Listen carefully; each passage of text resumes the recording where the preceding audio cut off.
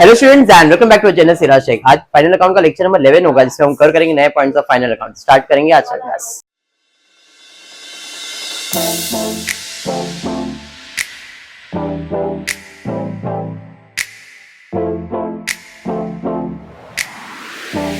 Text book page number 57, unsolved sum number 4।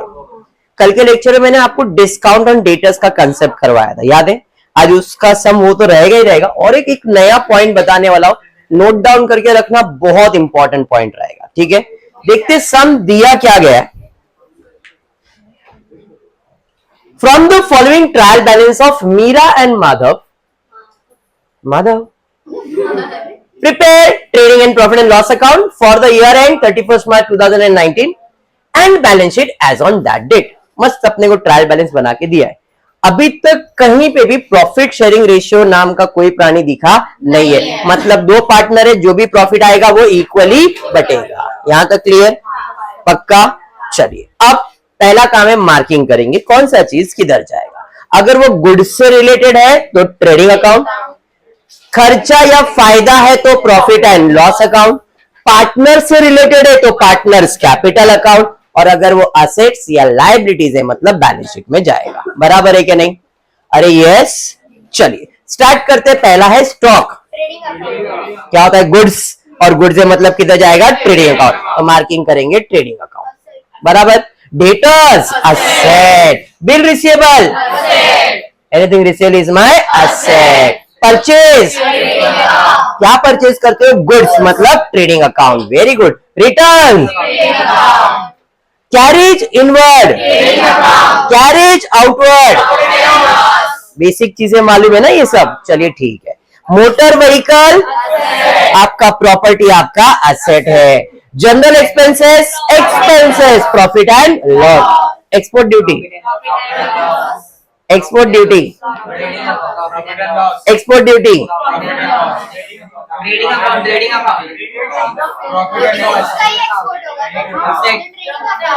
चलिए ठीक। Start.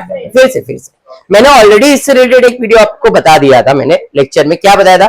अगर गुड्स इंपोर्ट कर रहे हो तो import duty trading account, import duty, import duty.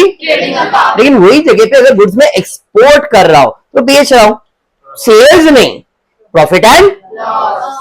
Import है तो ट्रेडिंग, एक्सपोर्ट है तो प्रॉफिट एंड लॉस। इंपोर्ट है तो ट्रेडिंग, एक्सपोर्ट है तो profit and loss. Export duty है तो प्रॉफिट एंड लॉस। समझ में आया क्या? अरे यस।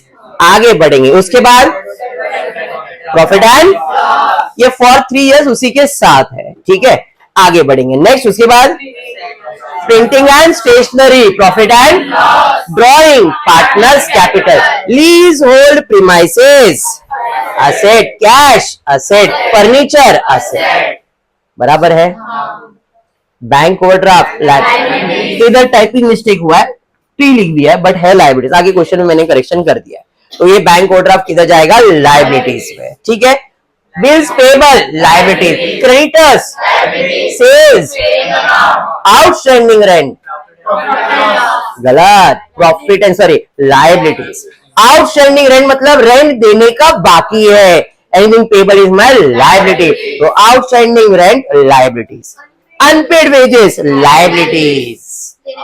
आप सिंपल जो बोल रहा हो चाहिए तो नोट डाउन करके रखो। आउटस्टैंडिंग मतलब बाकी है। अब वो क्रेडिट पे भी दे सकते हैं, डेबिट पे भी दिख सकता है। ये ट्रायल बैलेंस है जो बोल रहा हूं, सुन लो ध्यान से। आउटस्टैंडिंग रेंट क्रेडिट पे भी आ सकता है, आउटस्टैंडिंग रेंट डेबिट पे भी आ सकता है। तो जो मैं बोल रहा हूं वो लिख लो। आउटस्टैंडिंग मतलब बाकी है, क्रेडिट पे दिया है तो लायबिलिटीज और डेबिट पे दिया है तो असेट।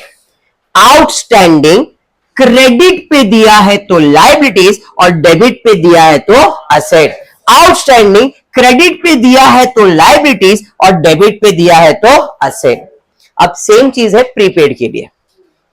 प्रीपेड क्रेडिट पे दिया है तो लायबिलिटीज, डेबिट पे दिया है तो असेट। क्रेडिट पे दिया है तो लायबिलिटीज और डेबिट पे दिया है तो असेट। आउटस्टैंडिंग और प्रीपेड ट्रायल बैलेंस की बात कर रहा हूं मैं, एडजस्टमेंट की नहीं। अगर आपको ट्रायल बैलेंस में आउटस्टैंडिंग क्रेडिट पे दिया है तो लायबिलिटीज और डेबिट पे दिया है तो असेट। सर ऐसा क्यों, वो बता दो। आउटस्टैंडिंग रेंट का मतलब रेंट देने का बाकी है, anything payable is my liability, और लायबिलिटी क्या होता है, क्रेडिट। इसलिए जब भी आउटस्टैंडिंग क्रेडिट पे दिया है तो कहां जाएगा, आउटस्टैंडिंग रेंट डेबिट पे दिया है। अब आउटस्टैंडिंग रेंट डेबिट पे दिया है मतलब क्या है कि रेंट का पैसा मिलने का बाकी है, देने का बाकी नहीं है, मिलने का बाकी है। और anything receivable is my asset. तो अगर वो डेबिट साइड पे आउटस्टैंडिंग रेंट है मतलब वो पैसा मिलने वाला है, देना नहीं है, मिलने का बाकी है, इसलिए वो डेबिट पे दिया है, और डेबिट पे दिया तो किधर जाएगा, असेट में। लॉजिक समझा। अब सेम चीज है प्रीपेड के लिए। प्रीपेड आपका क्या होता है, असेट है या नहीं, पेड इन एडवांस। लेकिन कभी कभी वो लायबिलिटी भी बन सकता है, क्यों, क्योंकि हमको पे करने का बाकी है, हमने किसी से एडवांस ले लिया है, उसे हमको देना है। जब हमको पे करना है तो अपना क्या बन जाता है, लायबिलिटीज। तो प्रीपेड आपने फॉर एग्जांपल आपको किसी को पैसा देना है लेकिन आपने उसे एडवांस में पैसा ले रखा था, तो जब आपने एडवांस में पैसा लिया तो उसको क्या कहते हैं, प्री रिसीव। प्रीपेड नहीं, प्री रिसीव, उसे मुझे पे करना है तो anything payable is my liability. तो वहां पे प्रीपेड वर्ड यूज नहीं करेंगे, प्री रिसीव। पेड मतलब भरना, रिसीव मतलब लेना। तो प्री रिसीव मतलब मैंने पहले ही पैसा ले लिया है। अब जब पहले ही पैसा ले लिया है, काम किया नहीं तो पैसा लौटाना पड़ेगा, anything payable is my liability. है प्रीपेड ही लेकिन उधर प्रीपेड वर्ड यूज नहीं करेंगे, प्री रिसीव वर्ड यूज करेंगे। और क्रेडिट पे दिया तो आपका क्या है, लायबिलिटीज। नॉलेज के लिए ये जो चीज बोला हूं मैं आपको नेक्स्ट टॉपिक में आने वाला है। Prepaid, pre receive, outstanding asset भी है, आउटस्टैंडिंग लायबिलिटीज भी है, ये नेक्स्ट टॉपिक में आने वाला है। इसी के अंदर अपन खेलने वाले, आउटस्टैंडिंग और प्रीपेड के अंदर। डन है। अभी के लिए क्या बात किया मैंने, आउटस्टैंडिंग क्रेडिट पे दिया है तो लायबिलिटीज, डेबिट पे दिया है तो असेट। प्रीपेड क्रेडिट पे दिया है तो लायबिलिटीज, डेबिट पे दिया है तो असेट। अभी के लिए ये नोट डाउन करके रख लेना, ठीक है। चलिए, तो अभी प्रीपेड या unpaid liabilities, capital, partners capital, purchase return, trading account. Marking समझ में आ गया, पक्का, एक केंद्र समझा, वेरी गुड। आगे एडजस्टमेंट रीड करेंगे, जिसके ऊपर एडजस्टमेंट स्टार मार्क, गुड्स से रिलेटेड किसी को मार्क करने की जरूरत नहीं है। क्लोजिंग स्टॉक के लिए किसी को मार्क करेंगे क्या, प्रोविजन फॉर डाउटफुल डेट किसको मार्क करेंगे, डेटर्स, वाई डेटर्स को स्टार मार्क करेंगे। Create reserve for discount on debtors, कल ही बताया था, डिस्काउंट ऑन डेटर्स, डेटर्स के ऊपर एडजस्टमेंट ऑलरेडी स्टार मार्क किया है, बराबर। फिर value of lease hold premises, lease hold premises को स्टार मार्क किया। Outstanding expenses, printing and stationery, printing and stationery कुटे भाई, प्रिंटिंग एंड स्टेशनरी। अर्जुन कुछ एडजस्टमेंट, अभी क्या फॉर्मेट, चलिए फॉर्मेट बना। एक और एडजस्टमेंट था एडवर्टाइजमेंट, हिडन एडजस्टमेंट, इसको भी स्टार मार्क करना था। चलिए फॉर्मेट, ट्रेडिंग अकाउंट बनेगा, प्रॉफिट एंड लॉस बनेगा, पार्टनर्स कैपिटल बनेगा और बैलेंस शीट। तो ये आपका trading profit and loss combine बना दिया, पार्टनर्स कैपिटल अकाउंट बना दिया और ये आपका बैलेंस शीट बना दिया, बराबर है। चलिए फॉर्मेट बताइए, ट्रेडिंग अकाउंट का क्या है,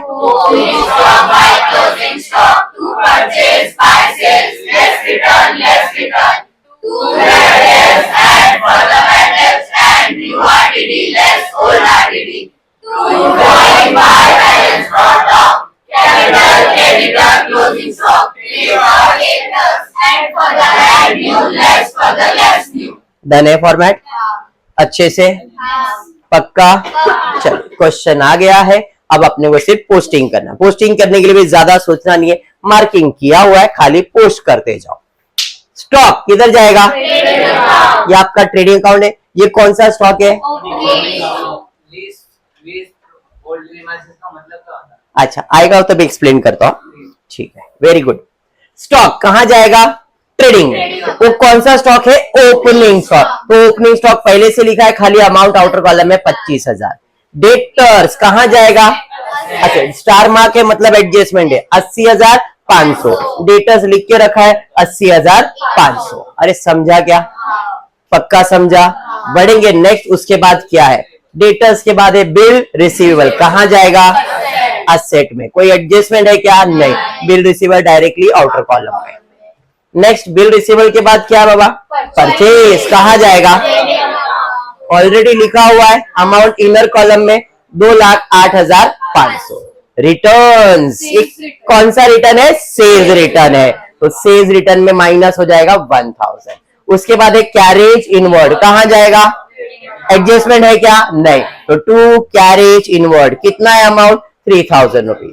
कैरेज आउटवर्ड कहां जाएगा? प्रॉफिट एंड लॉस, तो to carriage outward directly outer column. अरे समझा? उसके बाद मोटर व्हीकल कहां जाएगा? असेट पे। असेट साइड पे मोटर व्हीकल आउटर कॉलम में, कोई एडजस्टमेंट तो नहीं है। बढ़ेंगे आगे मेहनत। उसके बाद क्या है बेटा? जनरल एक्सपेंसेस कहां जाएगा? Profit and loss. तो भाई इसके नीचे टू जनरल एक्सपेंसेस कितना अमाउंट दिया होगा? 1,800। उसके बाद है एक्सपोर्ट ड्यूटी, कहां जाएगा? कितना है? 900। कोई एडजस्टमेंट है क्या? नहीं, डायरेक्टली आउटर कॉलम। उसके बाद है एडवर्टाइज, इसके पर एडजस्टमेंट है, हिडन एडजस्टमेंट कितना है? 4,800। 4,800 इनर कॉलम में लिखा क्योंकि एडजस्टमेंट है, और इस सम का बहुत इंपॉर्टेंट एडजस्टमेंट है। मैंने बोला ना कुछ नया है, वो यही है। आपको आता रहेगा बट कुछ नया है, इसलिए बोल रहा हूं ध्यान से इस एडजस्टमेंट पे फोकस करना। नेक्स्ट, प्रिंटिंग एंड स्टेशनरी कहां जाएगा? प्रॉफिट एंड लॉस में एक लाइन छोड़ के लिख दिया 1,200। इसके ऊपर भी एडजस्टमेंट है। ड्राइंग पार्टनर्स कैपिटल 3,500 और 2,000, तो टू ड्राइंग लिखा हुआ है 3,500 और 2,000। समझाइए। नेक्स्ट, ड्राइंग के बाद क्या है बाबा? Lease hold premises. अभी किसी ने पूछा सर ये लीज होल्ड प्रीमाइसेस क्या होता है? जब आप आपका प्रॉपर्टी भाड़े पे किसी को देते हो, लीज मतलब भाड़ा, लीज मतलब भाड़ा, भाड़े पे दिया हुआ प्रॉपर्टी उसे आप लीज होल्ड प्रॉपर्टी कहते हो, या प्रीमाइसेस। प्रीमाइसेस मतलब जगह, प्रीमाइसेस का मतलब क्या होता है? जगह। समझ में आया? लीज होल्ड मतलब वो जगह भाड़े पे दिए गए है, तो आपका ही प्रॉपर्टी, लेकिन आप उसको भाड़े पे दे रहे हो तो आपका क्या है? असेट है, क्योंकि प्रॉपर्टी तो आप ही का है ना। अरे समझा? तो उसे हम क्या कहते हैं? लीज होल्ड प्रीमाइसेस या तो प्रॉपर्टी। अंडरस्टूड? कहां जाएगा? असेट पे। एडजस्टमेंट, हाँ सर एडजस्टमेंट, समझ में आ गया। नेक्स्ट, उसके बाद क्या है? कैश, सर असेट में आ जाएगा। फर्नीचर, सर असेट में आ जाएगा। डेबिट साइड का पोस्टिंग डन। अभी क्या? क्रेडिट। बैंक ओवरड्राफ्ट, देखो लाइबिलिटीज कर दिया मैंने करेक्शन। बैंक ओवरड्राफ्ट कहां जाएगा? लाइबिलिटीज। तो बैंक ओवरड्राफ्ट लाइबिलिटीज में directly outer column. Bills payable liabilities में जाएगा आउटर कॉलम। क्रेडिटर्स ऑलरेडी लिखा हुआ है 68,000। सेल्स कहां जाएगा? ट्रेडिंग में, तो सेल्स ट्रेडिंग में 3,25,000। अरे समझाइए। सेल्स के बाद क्या है जरा चेक करो। Sir outstanding rent, liability side पे outstanding rent. Unpaid wages, liability side पे अनपेड वेजेस। कैपिटल में जाएगा 75। परचेज रिटर्न कितना? 1,000 परचेज में से minus. Any doubt in the posting now? सब लोग कर सकते हो अच्छे से? पक्का? चलिए, एडजस्टमेंट नंबर 1 सनी क्या है? Fill in the blank A closing stock. किधर जाएगा सनी? इसका दो इफेक्ट। सनी इसका दो इफेक्ट किधर जाएगा? Trading account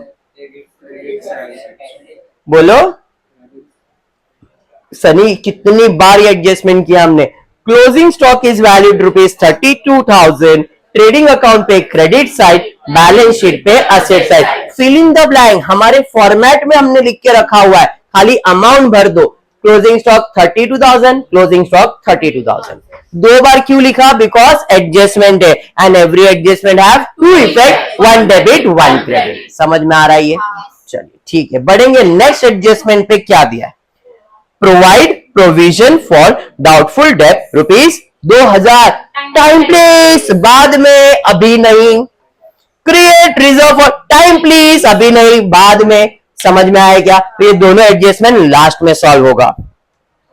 value of lease hold premises on 31st March was 1 lakh. ध्यान से एडजस्टमेंट, आपसे इधर गलती होने वाली है। क्लियर बोला है कि जो लीज होल्ड प्रीमाइसेस है उसका वैल्यू 31st March 2019 को कितना है? 1 लाख। ट्रायल बैलेंस भी तो 31st March 2019 का ही है, तो इसमें प्रीमाइसेस का वैल्यू कितना लिखा है? 1 लाख। लेकिन एडजस्टमेंट में बोल रहा हूं उसका वैल्यू कितना है? मतलब एडजस्टमेंट है कितने का? 1 लाख का है ना? है ना? सिर्फ 10,000 का। बस यही समझना है। वापस क्वेश्चन में बोला था लीज और प्रीमाइसेस है 1,10,000, बट एडजस्टमेंट में बोल रहा है वैल्यू उसका सिर्फ 1,00,000 है, मतलब मैंने वैल्यू ज्यादा दिखाया है, इसके अंदर उसका वैल्यू ज्यादा है। एडजस्टमेंट के हिसाब से उसका वैल्यू कितना होना चाहिए? एडजस्टमेंट के हिसाब से लीज होल्ड प्रीमाइसेस का वैल्यू होना चाहिए 1,00,000 और आपने आपके बुक में लिखा है 1,10,000, मतलब आपने ज्यादा लिखा है ना। कितना ज्यादा लिखा है? 10,000। तो जब ज्यादा लिखा है तो कम करना पड़ेगा, और जब भी एसेट का वैल्यू कम होता है उसे हम लोग कहते हैं डेप्रिसिएशन। तो लेस डेप्रिसिएशन कितना? 10,000। जैसे ही 10,000 कम करूंगा उसका वैल्यू कितना बन जाएगा? 1,00,000। तो एडजस्टमेंट 1,00,000 का नहीं है, एडजस्टमेंट 10,000 का है। अरे समझा? आप 1,00,000 रुपया कम करके आ जाओगे, 1,00,000 का दूसरा इफेक्ट दोगे, प्रॉब्लम टैली भी हो जाएगा, लेकिन रॉन्ग। क्यों? क्योंकि आपने 1,00,000 का एडजस्टमेंट सॉल्व किया जबकि एडजस्टमेंट सिर्फ 10,000 का था। क्लियर हुआ? हाँ। अगर आप 1,00,000 रुपए डेप्रिसिएशन दोगे, आउटर कॉलम में 10,000 आएगा, आपका प्रॉब्लम टैली भी होगा क्योंकि आपने 1,00,000 का दूसरा इफेक्ट भी दिया रहेगा, लेकिन दैट इज रॉन्ग क्योंकि आपका नेट प्रॉफिट रॉन्ग, तो पार्टनर्स रॉन्ग, ये रॉन्ग, तो ये कैपिटल रॉन्ग। टैली अमाउंट तो आपको मिलेगा बट रॉन्ग टैली मिलेगा। समझ में आ रहा है? क्योंकि आप जब भी एडजस्टमेंट का 2 इफेक्ट दोगे, पोस्टिंग बराबर रहेगा, आपका प्रॉब्लम टैली होगा ही होगा, खाली अमाउंट रॉन्ग टैली होगा, मतलब रॉन्ग अमाउंट से टैली होगा। समझ में आया? क्लियर है? तो एडजस्टमेंट कितने का है? 10,000। अब असेट का वैल्यू कम किया तो फायदा कि नुकसान? प्रॉफिट एंड लॉस में to depreciation on lease hold premises कितना? 10,000। 10,000 उधर क्रेडिट, 10,000 इधर डेबिट, 2 इफेक्ट दिया, एक डेबिट और एक क्रेडिट। क्या समझ में आया? पक्का? पक्का। चलिए बढ़ेंगे नेक्स्ट एडजस्टमेंट की तरफ। आउटस्टैंडिंग, भाई सिंपल है। Outstanding add, outstanding add, outstanding add. तो भाई आउटस्टैंडिंग प्रिंटिंग स्टेशनरी बोला है, तो प्रिंटिंग स्टेशनरी में ऐड करूंगा 500 रुपया। अब क्योंकि एडजस्टमेंट है तो 2 इफेक्ट आएगा, एक डेबिट और एक क्रेडिट। डेबिट साइड पे ऐड किया डेबिट, दूसरा इफेक्ट देने का है क्रेडिट, देने का बाकी है। Anything payable is my liabilities, 500 रुपए। अब मैंने ये फास्ट कर लिया क्योंकि अपने बहुत बार किया इसलिए। डन है। अब बढ़ते हैं आगे।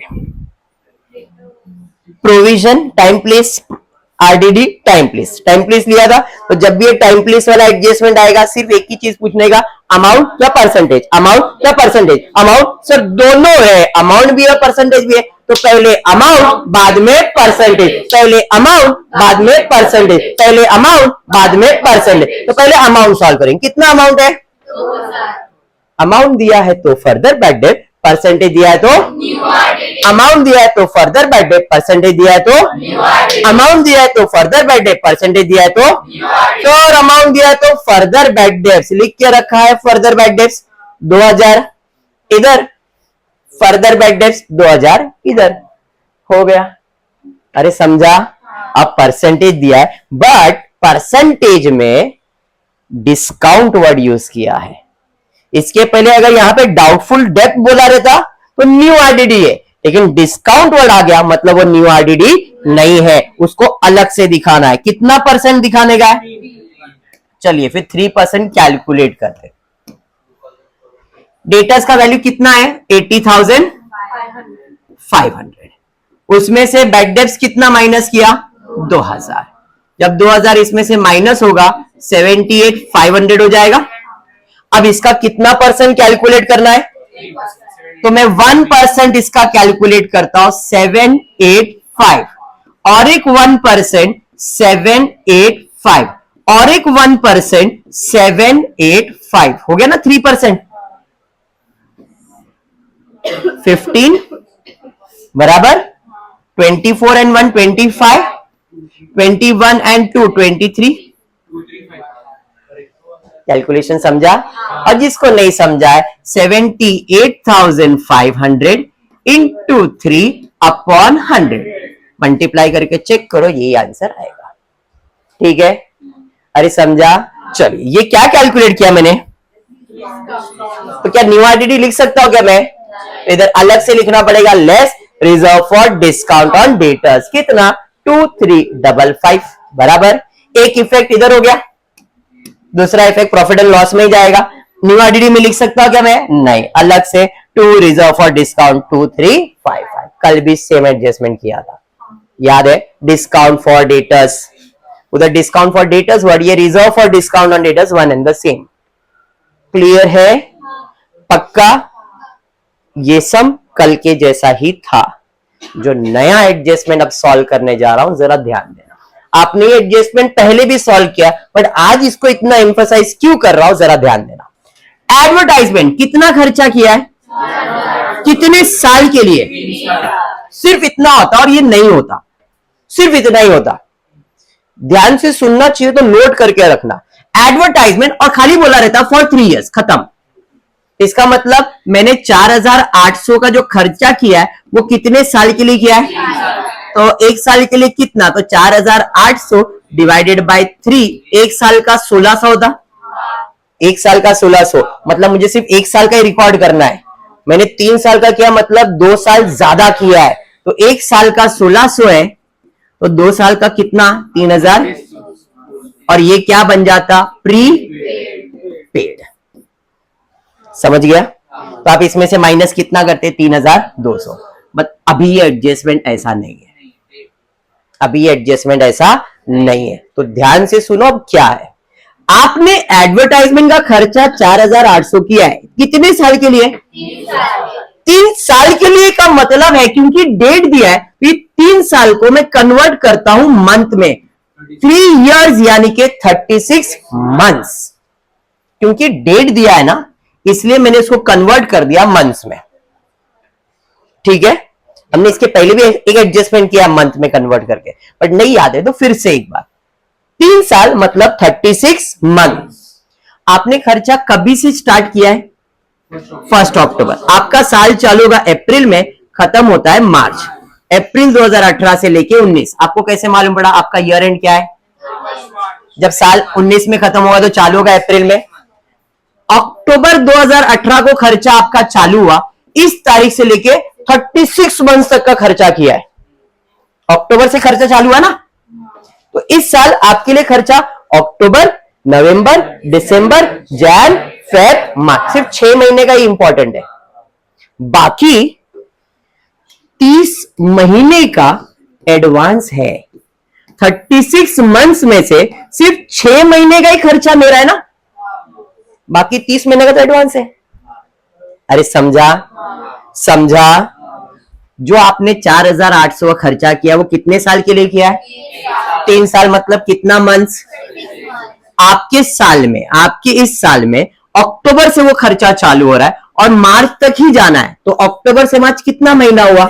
तो आपके लिए सिर्फ 6 महीने का खर्चा इस साल, बाकी तो एडवांस है। तो 36 मंथ्स में से सिर्फ 6 महीना मेरा है, बाकी 30 महीना तो एडवांस है। जो एडवांस है उसे हम क्या कहते हैं? प्रीपेड। अब इसका कैलकुलेशन कैसा? तो 4800 4800 इंटू कितने महीने का एडवांस है? 30 महीने का। कितने में से? 36 मंथ्स में से। अरे समझा? हाँ, चलिए कैलकुलेशन करता हूं। 3 1 0, 3 1 3 2 2 5 2 6 बराबर ना? 6 1 6 8 48 0 0 5 8 40।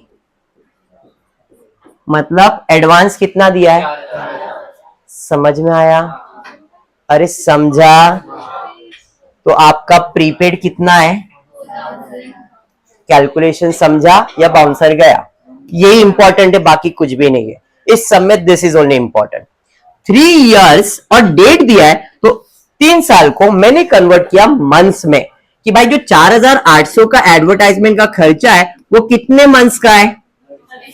मेरे लिए तो 6 महीना इंपॉर्टेंट है, तो एडवांस कितना मंथ दिया मैंने? 30। तो 30 मंथ का एडवांस कितना?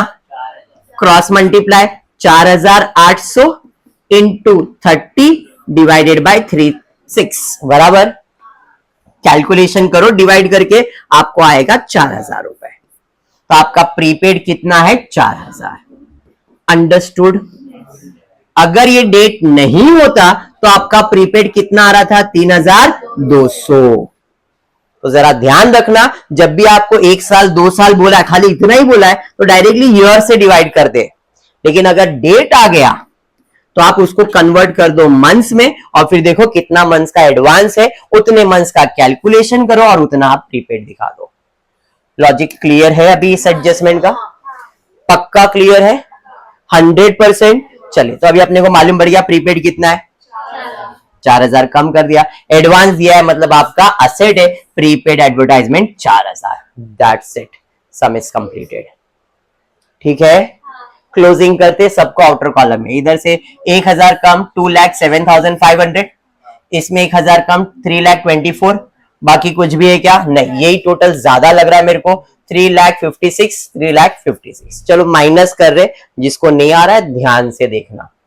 लास्ट का 20 20 20 20 20 20 तो 20 आ जाएगा, क्योंकि लास्ट में 3 0 है, 2 0 चाहिए, ऊपर भी 2 0 ही रहेगा। 0 प्लस 5, ऊपर 5 है, सब टोटल हो गया ना पूरा, ऊपर 5 है और इसके नीचे 0 है, कितना ऐड करूंगा तो कितना आएगा? तो ऊपर 5 है, उसमें और 5 ऐड करूंगा तो 10, 10 का 0 इधर लिख दिया और 1 ऊपर, 5 और 1 6 और 7, 6 और 7 13, 13 और 3 13 और 3 16, तो ऊपर 16 है और नीचे 6 चाहिए, 0 ऐड करूंगा तो 16 आएगा। 0 ऐड करने से 16 का 6 इधर और 1 ऊपर। आपको जब भी नंबर ऐड करना है ना, तो उसका रेंज है 0 से 9, या तो 0 ऐड होगा, या तो 1 ऐड होगा, या तो 2 3 4 9, इससे बड़ा नंबर कभी भी ऐड नहीं होगा। या तो 0 ऐड होगा, या तो 1 ऐड होगा, या तो 2, इससे ज्यादा बड़ा नंबर आएगा ही नहीं। 0 से लेके 9 तक के ही नंबर्स ऊपर ऐड होंगे और कुछ भी नंबर ऐड नहीं होगा। ठीक है, तो अब इधर 0 ऐड करने से कितना आएगा? 16, 16 का 6 इधर और 1 1 और 2 3, ऊपर है 3 और नीचे क्या चाहिए? 5 2, तो कितना आ जाएगा? 5। हाँ, 5 ऊपर कुछ भी जाएगा क्या? नहीं। 2 में 1 ऐड करूंगा तो 3 आ जाएगा, 1,20,000। समझ में आ गया? 1,20,500। इधर है क्रेडिट, सॉरी डेबिट, जो चले जाएगा क्रेडिट साइड पे, by gross profit credit side पे 1,25,500। क्लियर? चलिए आउटर कॉलम, इधर कुछ भी है क्या? कुछ भी है क्या? नहीं, डैश करेंगे 2000 ही आउटर कॉलम में आएगा, इसमें 4000 माइनस होगा 800, इसमें 500 ऐड होगा 1700, और कुछ है क्या? नहीं, यही टोटल लिखूंगा 1,20,000 1,20,500। चलो फिर से माइनस कर रहा हूं, 2 0 2 0 2 0 2 0 2 0 2 0, भाई 55 है तो 2 0 तो ले नहीं सकते, अभी सिंगल सिंगल लेना पड़ेगा। 0 0 0 0 0 5 0, तो ऊपर है 5 और 5 इधर क्या चाहिए? 0, तो कितना ऐड करूंगा? बराबर, तो 5 में 5 ऐड करूंगा तो 10, 0 इधर और 1 ऊपर, 1 आ गया, 1 1 1 1 1 1 1 5, 5 और 1 6, 6 है ऊपर, नीचे क्या चाहिए? तो 4 ऐड करूंगा तो 10 आ जाएगा, 4 ऐड करूंगा तो 10, 0 इधर 1 ऊपर, 1 और 5 6, 6 और 8 14, 14 plus 9 23, 23 plus 8 31, 31 plus 7 31 plus 7 38, 38 plus 3 41, ऊपर 41 है, नीचे क्या चाहिए? 5, 4 ऐड करेंगे तो 45 आ जाएगा, तो 4 ऐड करेंगे तो 45, 5 इधर 4 ऊपर, 4 2 6, 6 और 4 6 और 4 10 और 1 11, 11 और 1 12, 12 और 2 14, बराबर, ऊपर 14 है और नीचे 0 चाहिए, 6 ऐड करने से 20 आएगा, तो 0 इधर और 2 ऊपर, 2 2 2 और 1 3, ऊपर 3 और नीचे क्या चाहिए? 9, 9 ऐड करने से 12 आएगा, 9 और 1 ऊपर, 1 में 0, 96,445। देखते भाई कितना है? 96,445। अब ये क्या होगा?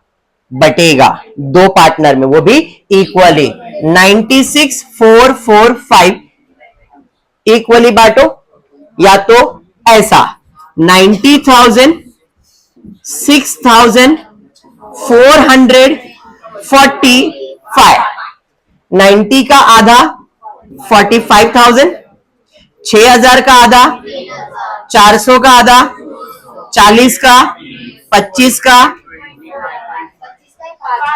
5 का 2.5 प्लस कर लो 48,222 पॉइंट, एक को 23 कर दिया, एक को 22 कर दिया, 1 रुपया ऊपर नीचे मैंने बता दिया था, बराबर है।